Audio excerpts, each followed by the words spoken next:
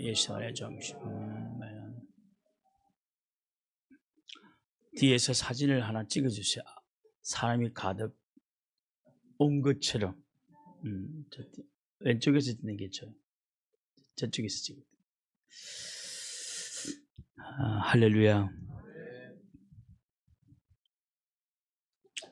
30대에 하나님이 나를 부르신 것은 20대였습니다. 개척은 30대 중반에 하였습니다.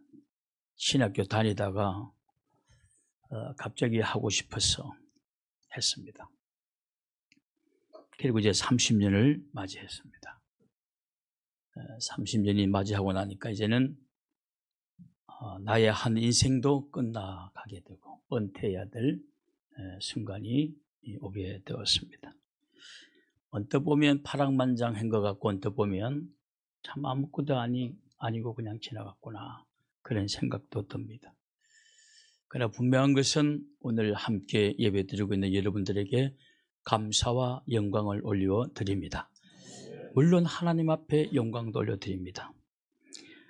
예수님이 공생애를 시작하실 때 나이가 30살이었습니다. 그런데 우리가 보통 예수님이 딱 30살 때 시작했다라고 하지만 그렇지는 않습니다. 그 당시 예수님의 나이를 정확하게 우리는 알 수는 없어요. 그냥 지금처럼 출생 신고를 완벽하게 하는 시절도 저도 벌써 나이가 1살 어리게 되어 있습니다. 왜 1살 어리게 했습니까? 라고 물어보았더니 아버지가 글쎄 네가 태어나자마자 내가 그냥 출생 신고를 하러 가려고 했더니 옆집에 있는 그 아무개가 아이고 그냥 형님 내 애 놓으면 그때 같이 가서 합시다.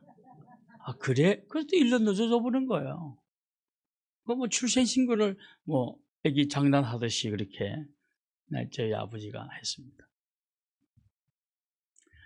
지금 이렇게 출생 신고를 하지 않으면 벌금을 때리는 이 시대에도 정확하지 않습니다. 하물며 2000년 전에 예수님 나이가 정확하게 30살이다. 그건 거의 불가능한 일이에요. 그냥 요셉이 30살 때 총리가 되고 다윗이 30살 때 왕이 되고 이런 걸 다 따져서 그냥 그의 그림자 정도로 30세쯤 봅니다. 어쩌면 예수님은 30이 훨씬 넘어설렸는지도 모릅니다. 왜냐하면 어떤 이들은 예수님을 보고 너무 늙어 있으니까 50도 안 된 것이라고 한 거 보면 그저 예수님은 40대로 보였을 수도 있었다라는 것을 알 수가 있죠. 그러니까 예수님의 나이가 정확하게 딱 선이다 하기도 힘듭니다. 왜냐하면 영어 성경에도 보면 Jesus was about 30 year old라고 표현되어 있습니다. about 30 year old. 그러니까 약 30살 정도로 표현하고 있습니다. 그러므로 성경에도 이미 그것도 한글 성경에도 30살쯤 30살쯤 되었을 때라고 표현하고 있습니다. 그러니까 정확한 나이가 딱 30살. 그렇게 표현하기는 힘듭니다. 여하튼 30살, 그냥 우리는 30살 정도로 그렇게 이해하고 넘어가겠습니다.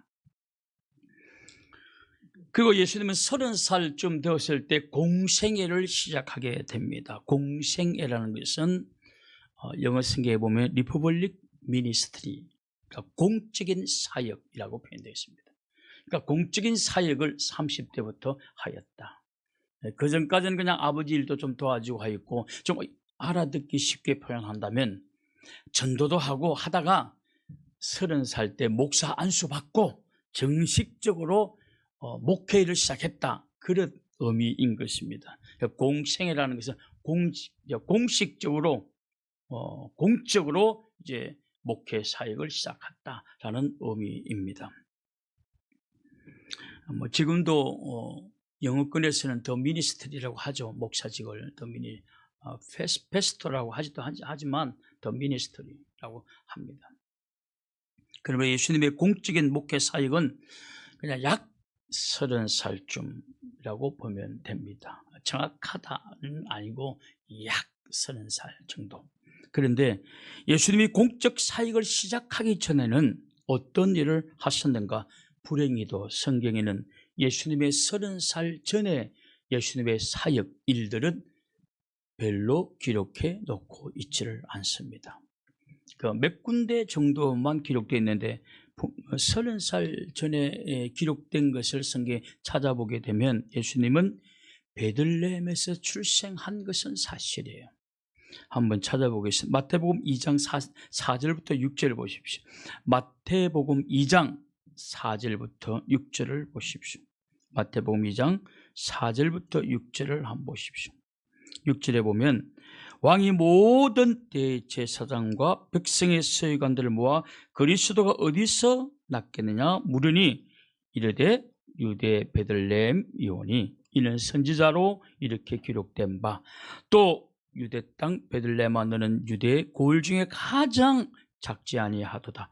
내게서 한 다스리는 자가 나와서 내 백성 이스라엘의 목자가 되리라 하였습니다. 선지자들은 예수님이 태어나기 약 700년 전 또는 한 800년 전, 어떤 분들은 한 8세기로 보고 어떤 분은 7세기 정도로 보고, 하여튼 800년 전에 선지자들이 이야기를 베들레헴에서 하나님의 아들 메시아가 태어나게 될 것이다, 그렇게 이야기를 합니다.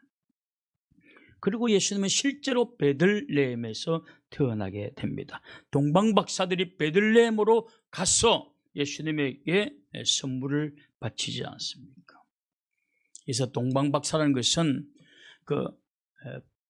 이스라엘 백성들은 지중해 앞에 있었고, 그러니까 지중해 앞에 그 반대 동쪽에 있는 그 당시 바벨론, 이라크, 페르시아 이런 그쪽을 동방이라 그래요. 왜냐 동쪽이었기 때문에 그것을 자기를 중심으로, 예루살렘을 중심으로 그걸 동방이라. 그 동방에서 박사들이 이 배를 연구하는 박사들이 이상한 배를 보고 이거 왕이 태어났다는 증거다라고 찾아와서 베들레헴에 와서 이렇게 머리를 쓰고 인사를 했다라는 것이죠. 그러므로 예수님의 출생은 베들레헴으로 봅니다. 베들레헴에. 이 정도는 성경에 기록되어 있어요. 두 번째로 성장은 갈릴리 나사렛에서 성장을 했다라고 성경에 기록되어 있습니다. 누가복음 2장 39절 40절 한번 보십시오. 누가복음 2장 39절 40절 한번 보십시오. 누가복음 2장 39절 40절. 누가복음 2장 39절 40절에 보면 주의 율법을 따라 모든 일을 마치고 갈릴리로 돌아가 본 동네 나사렛에 이르니 아기가 자라며 강하여지고 지혜가 충만하며 하나님의 은혜가 그 위에 있더라. 본 동네 갈릴리 나사렛. 그러니까 갈릴리라는 것은 큰 지역이고 그 지역 안에 나사렛이라는 작은 동네가 있었는데 그곳에서 예수님이 성장을 했다라는 뜻입니다. 베들레헴에서 태어나서 갈릴리 나사렛 본 동네라는 것은 호주가로 갔다가 애굽에 잠시 갔다가 그 부모님이 있던 집이 바로 그러니까 본 동네라는 것은 다른 이름의 뜻이 아니고 내 집이 살던 곳, 이 부모님이 살던 곳을 본 동네라고 말합니다. 내 고향은 거제도인데 그러나 거제도 가서 나는 내 본 동네라고 하지 않습니다. 내 본 동네는 본박동, 내 집이 있는 이곳이 본박동, 이 본 동네예요. 애굽에 갔다가 본 동네 갈릴리 나사렛에 왔다라는 것입니다. 그곳에서 성장을 했다라는, 그곳에서 성장을 했습니다. 성경에 보면 그곳에서 강하여졌다. 이 동네가 좀 좋았나 봐요. 강하여졌다. 또 두 번째로 그 동네에서 지혜가 여러분 성경 좀 보면서 지혜가 충만해졌다.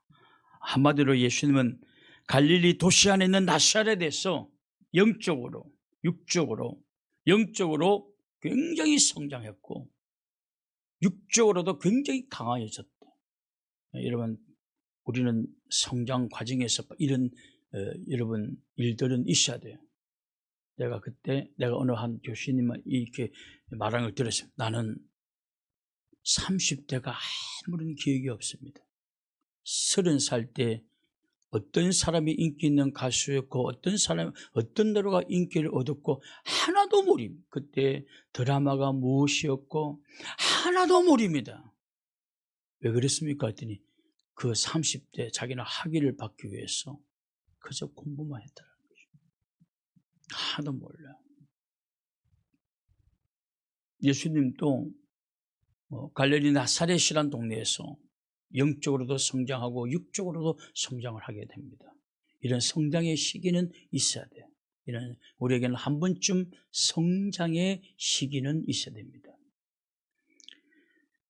그리고 세 번째로 성경에 기록된 이 세 번째 예수님이 30살 되기 전에 예수님의 사역 세 번째 기록이 나옵니다.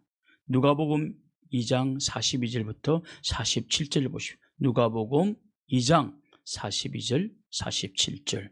누가복음 2장 42절에서부터 47절에 보면 이런 말씀이 나옵니다. 예수께서 12살 되었을 때 그들이 그 절기의 관례를 따라 올라갔다가 그 날들을 마치고 돌아갈 때에 아이 예수는 예루살렘에 머무섰더라. 그 부모는 이를 알지 못하고 동행 중에 있는 줄로 생각하고 하루길을 간 후 친족과 아는 자 중에 잣대 만나지 못하며 찾으면서 예루살렘에 돌아갔더니 사흘 후에 성전에서 만난 적 그가 선생들 중에 앉아서 그들에게 듣기도 하고 묻기도 하시니 듣는 자가 다 그 지혜와 대답을 놀랍게 여기더라. 듣기도 하고 그 랍비들의 그 성경 박사 랍비들의 이야기를 듣기도 하고 질문도 하고 물으면 대답도 했다는, 그때 예수님의 대답을 듣고 사람들이 깜짝 놀랐다는 사실입니다. 그는 갈릴리 나사렛에서 성장을 했다는 사실이 결론적으로 증명이 되는 것입니다. 이미 12살 때는 상당한 그의 한마디 한마디가 깜짝 놀랄 정도의 지혜와 그런 통찰력을 가지고 있었다는 사실을 우리는 알게 됩니다. 이것이 예수님이 30이 되기 전까지 일합니다. 그 외에는 없어요. 예수님에 관련된 일화가 거의 없습니다. 그리고 30살쯤 되었을 때 약 about 30 year old, 약 30살쯤 되었을 때 예수님이 요단 강가에 나타나게 됩니다. 세례 요한이 많은 사람들에게 세례를 주고, 왜냐하면 구약이 끝마치고 난 다음에 신약이 시작되기 전까지 400년 동안은 중간기라고 해서 이걸 영적 암흑 시대라고 말합니다. 이때는 선지자도 없고 하나님의 말씀도 없고 하나님의 현현도 나타나지 않았고 완전히 암흑 시대였는데, 갑자기 하나님의 말씀을 선포하는 선지자 같은 아주 좀 기괴한 사람들 보여 낙타 털옷을 입고 습청을 먹으면서 그러면서 복음을 외치는 거예요. 이 독사의 자식들아 하면서 외치는 거예요. 그때 요단강가 주변엔 집이 없었어요. 그러니까 많은 사람들이 그 세례 요한의 설교를 듣기 위해서 요단강가로 몰려들었습니다. 많은 사람들이 요단강가로 소문 듣고 오기도 하고 은혜 받고 오기도 하고 막 몰려들었던 것입니다. 바로 그 시기에 예수님이 요단강가에 딱 나타나신 것입니다. 근데 놀라운 사실은 세례 요한이 예수님을 딱 보는 순간 첫눈에 알아봅니다. 보라! 우리의 죄를 지고 오는 하나님의 어린 양이로다. 여러분, 구약 때 많은 양들이 인간을 대신해서 죽었습니다. 그 많은 죽어본 예수 그리스도를 상징하는 그런 예표였습니다. 그 인간의 모든 죄는 양들이 인간의 죄를 대신해서 죽어가듯이 우리의 대속자 메시아가 나타날 것이라고 많은 사람들이 믿고 있었고, 그 메시아에 대한 대망 사상이 불타오르고 있었습니다.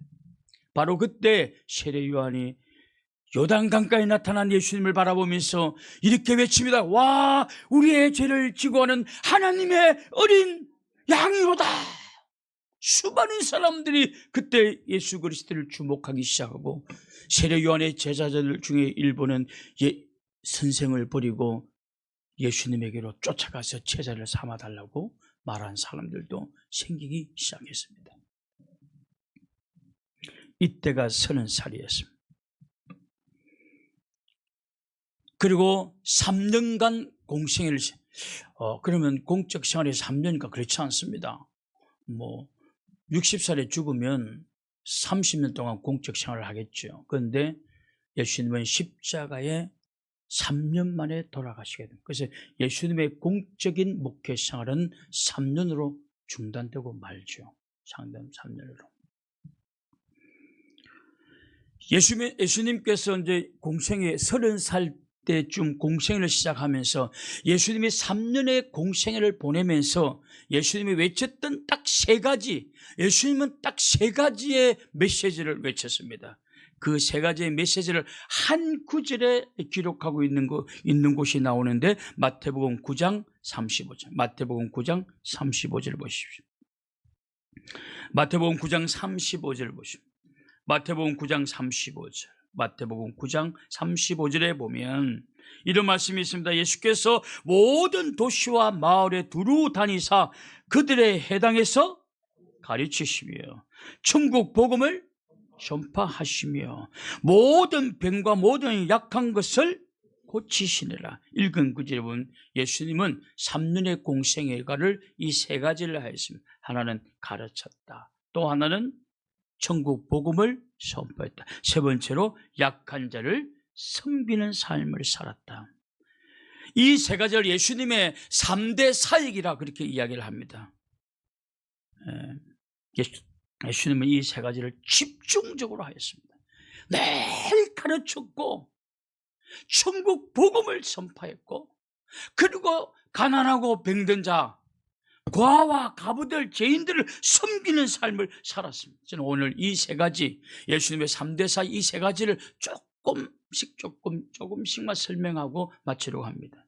첫째 사역은 가르치는 사역을 하였습니다. 이 말은 성도들이, 잘 들으십시오. 예수님이 가르치는 사역을, 어떤 가르침의 사역을 하였냐 하면 성도들이 이 땅에 살면서 어떻게 살아가야 되는가를 가르쳤습니다. 예수 믿는 사람들, 교회 다니는 사람들이 어떻게 살아야 되는 줄 알아? 그리고 그걸 가르쳤다는 거예요. 다시 말해서 성도들의 라이프 스타일, 이 세상 사람들과의 라이프 스타일과는 달라요. 이게 다릅니다. 세상 사람들은 어떻게 살아가든 너희들은 이렇게 살아가라. 그러니까 크리스찬들의 라이프 스타일을 예수님이 가르쳤어요. 그 중에 너무나 많이 있죠. 그 중에 원수를 사랑하라, 상처 준 자를 용서하라, 하루에 70번씩 7번이라도 용서하라, 겸손한 삶을 살라, 온유하라, 지나치게 노하지 말라, 예절을 갖추라. 하나님의 백성들은 예절이 있어야 돼요. 예절. 무례하면 되지 않습니다.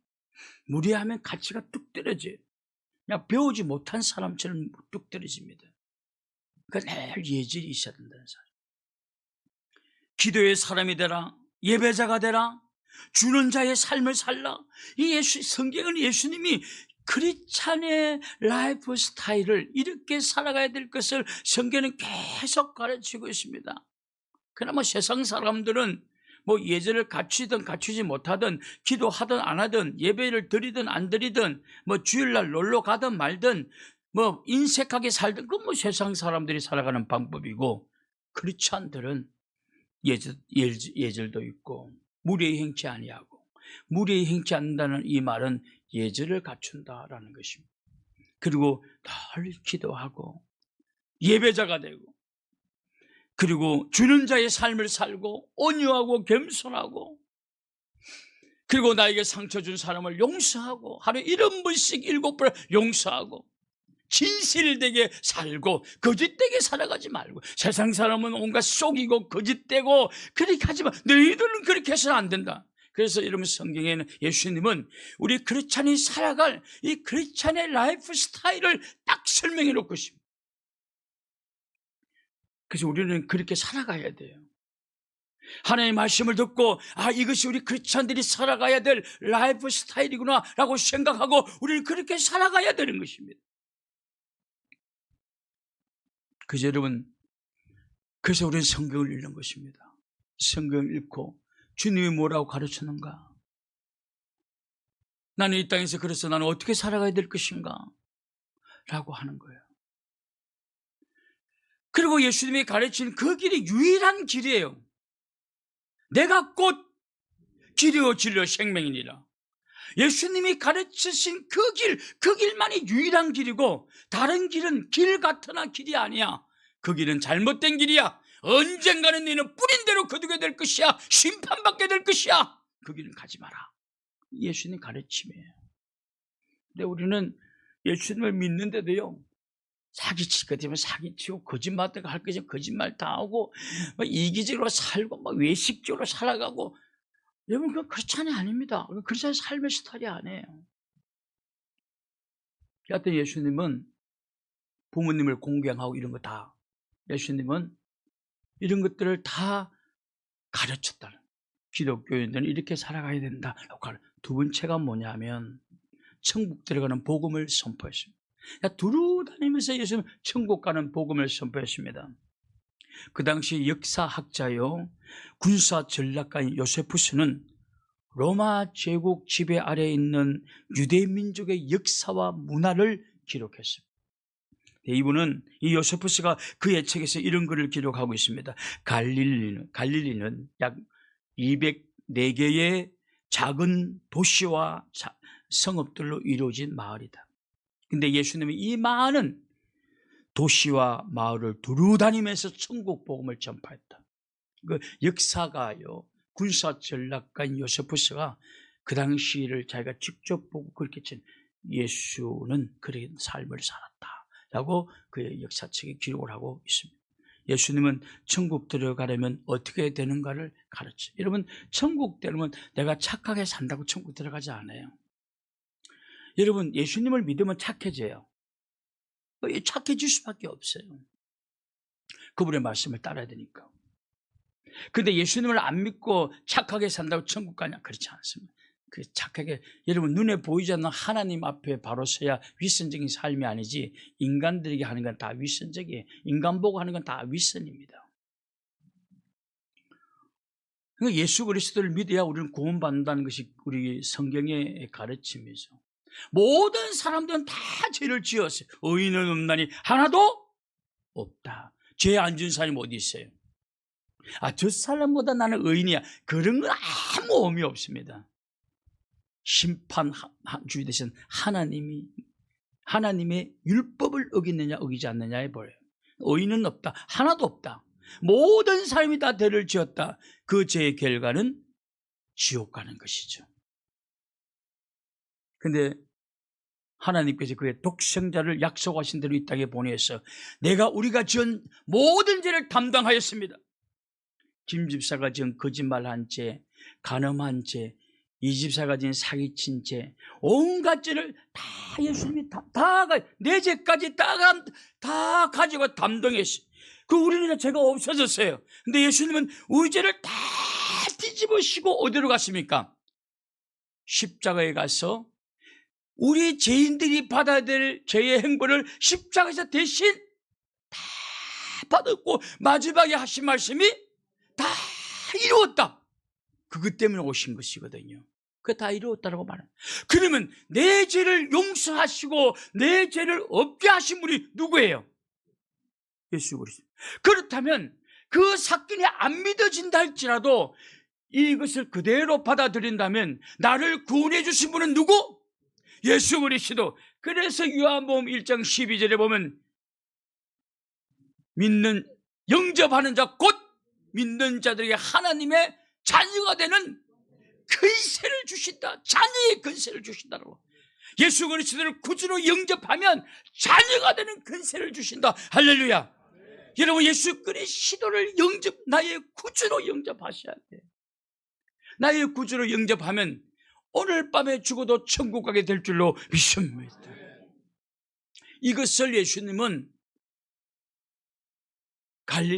갈릴리의 그 많은 204개의 마을로 돌아다니면서 이 복음을 전파했다. 마지막으로 예수님은 약한 자를 도왔다.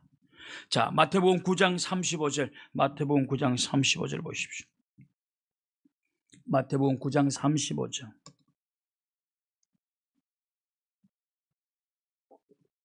마태복음 9장 35절에 보면 예수께서 모든 도시와 마을에 두루 다니사 그들에 해당해서 가르치며 천국 복음을 전파하며 모든 병과 모든 약한 것을 고치. 예수님의 사역의 마지막 사역, 약한 자에 대한 배려, 약한 자에 대한 도움을 해줬다.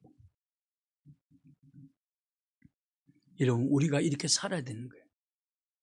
우리 교회도 우리 교회는 예수 그리스도의 몸이에요. 할렐루야. 예수 그리스도의 몸이기 때문에 머리는 예수님이고 몸은 우리 교회. 그러므로 예수님의 가르침을 받고 우리 교회는 이렇게 살아가야 돼요. 뿐만 아니라 우리 또한 이렇게 살아가야 되는 줄로 믿습니다. 이렇게 살아가지 않으면 언젠가는 후회합니다.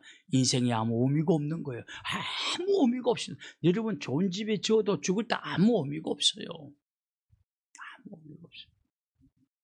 이렇게 살아가야 돼. 우리 교회도, 그리고 우리 모두 한 사람 한 사람이. 여러분, 오늘 우리 교회가 몇 살입니까? 네? 30살. 30살. 예수님이 몇 살 때 공생애를 시작했죠? 30살. 예수님이 30살 때 공생애를 시작하면서 무엇을 외쳤죠? 끝나는 공생애 기간 동안 3가지 가르치시고, 이 크리스찬의 라이프 스타일을 가르치고, 2번째로 복음을 선포하고, 3번째로 약한 자를 도와주고. 그렇다면 이제 우리 교회도 이제 30살이 되었습니다. 지금까지 기초 닦는다고 힘 다 빠졌어요. 내가 아니 왜 목사님 보기 아직도 건강하고 그것도 아직 70도 조금 안 됐는데 그냥 하시지 왜 그러십니까? 이제 내년도는 75세까지 할 수 있도록 법을 개정한다는데 왜 간둘까요? 하나 맞춰보십시오. 문상 드리겠습니다. 문화상품권 드리겠습니다. 지쳤습니다. 내가 그냥 지쳐버렸습니다. 딱 한 가지 지쳤어요. 내가 30년 목하면서 내가 어디 여행을 한번 가봤나? 그 흔한 예루살렘을 한번 가봤나? 그렇다고 안식년을 내가 얻어봤나? 그냥 이제 지쳐버린 거예요. 회복이 안 될 만큼 지쳐버렸어요. 오늘 요번에 우리 30년 이거 행사도 한 목사님 다 하세요. 내가 난 선물을 그거 다 위원들의 원론에서 그거 다 알아서 하십시오. 나한테 자꾸 물어봐요. 이제 당신이 다 하십시오. 이제 나는 탁구 칠 힘밖에 없습니다. 힘이 없어. 다 하십시오.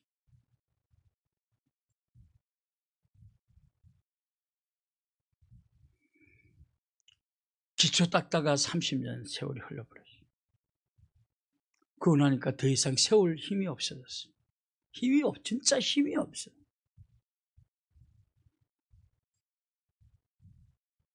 중요한 것은 우리 바이블 교회도 예수님의 공생을 시작할 나이 30살쯤 우리 교회도 바로 그 30살이 되었습니다. 이제야말로 우리도 예수님이 30살 공생애를 살면서 외쳤던 이 3가지의 사역을 이제 우리 교회도 해야 되는 줄로 믿습니다. 힘있게 해야 되는 줄로 믿습니다.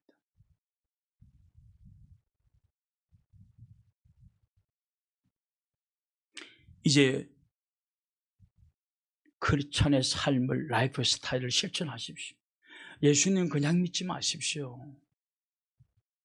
주님이 우리를 어떻게 살라고 하셨는지 성경을 뒤져서 보면서 이렇게 살라고 했었구나. 내가 이렇게 살아가야지. 라고 크리스찬의 라이프 스타일을 생각하면서 살아가십시오. 두 번째로 복음을 전하십시오. 이제 우리 바이블 교회는 복음을 전해야 됩니다. 그 여러분 개인도 복음을 전하는 삶을 살아야 됩니다. 세 번째로 이제 돕는 자가 되십시오. 이제 우리 교회는 이 교회 세우는데도 힘들었어요. 세우는데도 돕기는커녕 세우고 그냥 자생하고 하는데도 힘들었어요. 목사 월급 줄 때도 없어가지고 내가 늘 어떤 생각이냐면 언제 우리 바이블 교회 창고가 좀 그냥 바가지만 집어넣으면 푹 뜰 수 있을까? 그냥 달달달달 긁어가지고 모래까지 있는 걸 해야 이거 뭐 개웃될 듯만. 이제 그것도 다 지쳐버렸습니다. 저는 이제 지쳐버렸어요. 돈 꾸는 것도 지쳐버리고 모든 것이 지쳐. 이제 나는 지친 상황에서 하는 것은 욕심이다.